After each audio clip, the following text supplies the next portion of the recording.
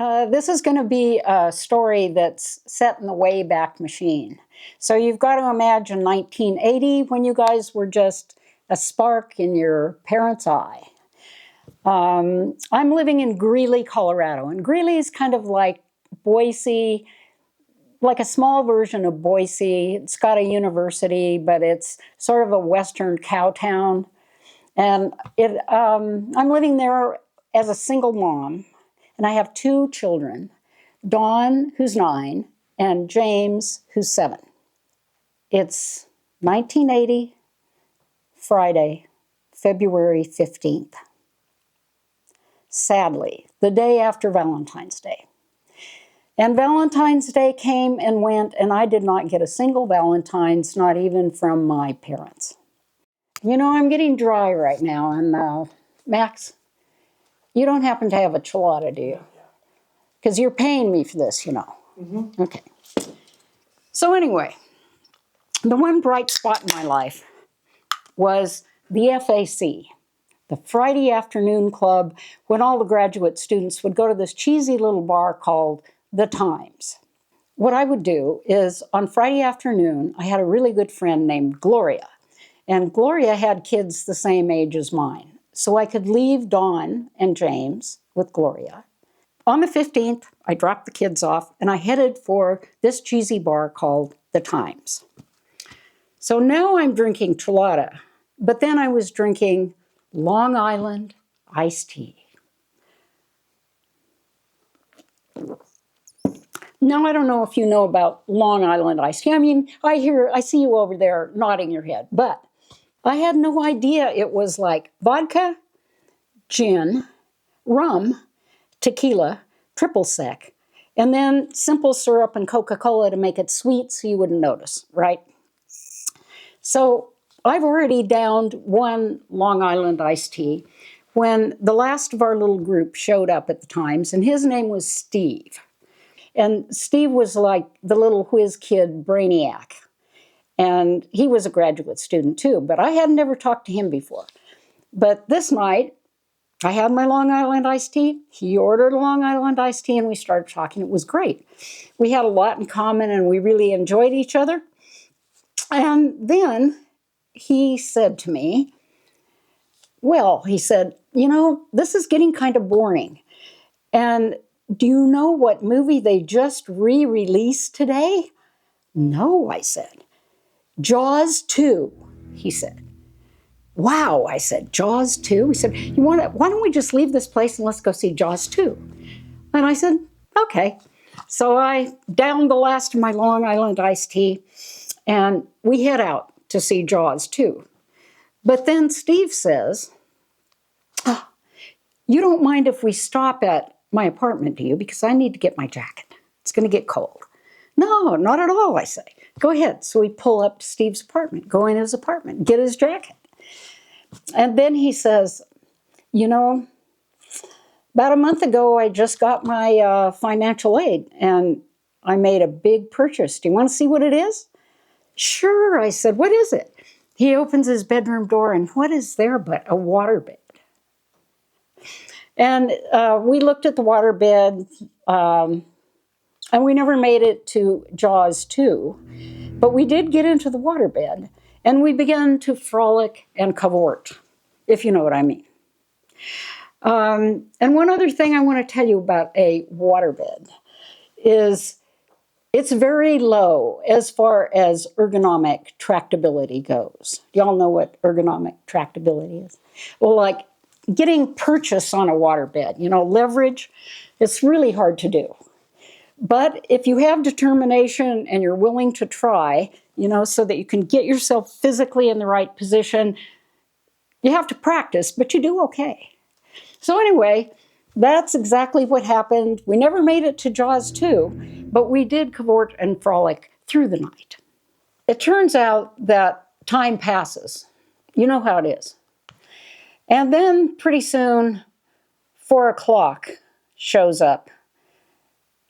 I open my eyes. I look over at Steve. He is sleeping peacefully on the other side of the waterbed.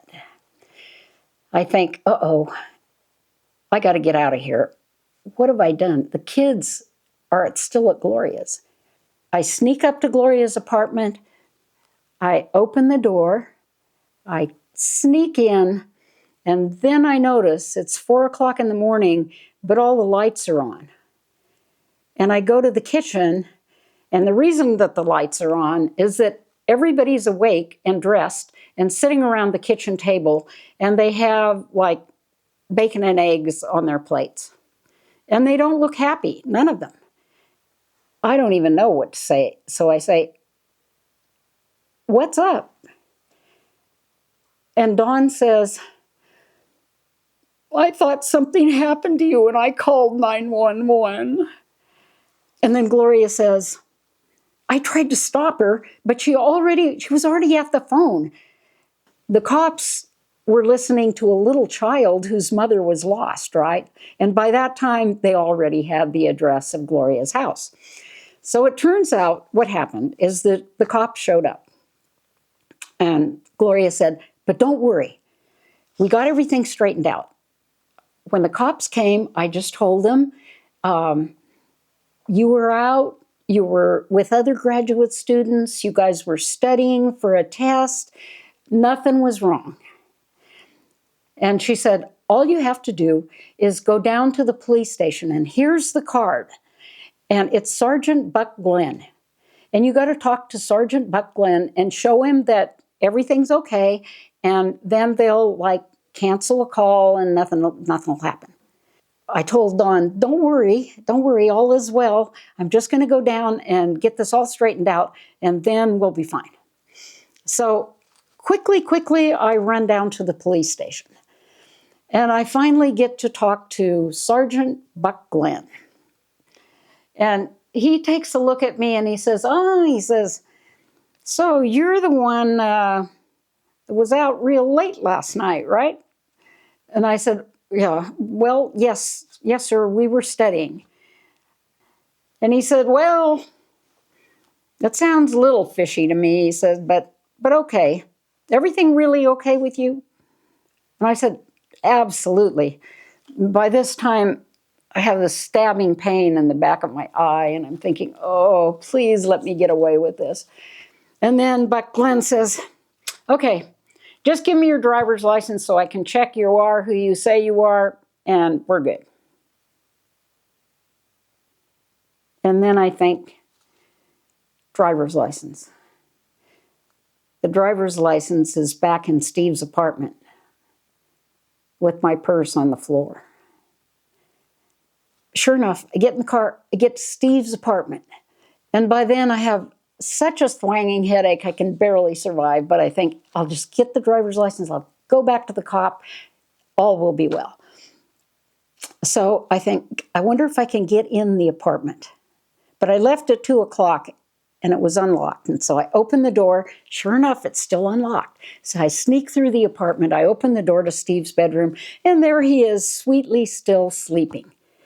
And so I look on the floor, and sure enough, there's my purse, and it has my ID in it. And I'm just about to sneak back out when Steve raises his head up and he says, "Where are you going?" And I say, "I've got to take care of the kids." And he says, "Don't go. Take off your clothes and come back to bed. I love you." And I say, "I can't. I got to go." I don't want to tell him about the cops, right? And I say, "Give me a call. Call me." And he says, "I'll call you." But I've got the ID. I get in the car. I get back to the cop. Buck Glenn is still there. He looks at my ID and he says, "Okay, this looks pretty good." He says, "This looks pretty good, but you don't look very good. What's going on there? Alcohol involved?"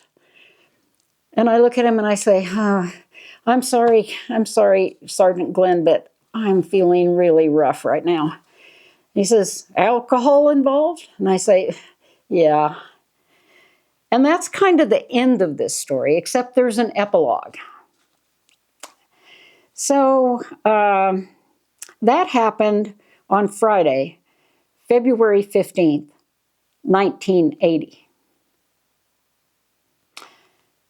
On February 15th, 1986, 6 years later, Steve and I got married.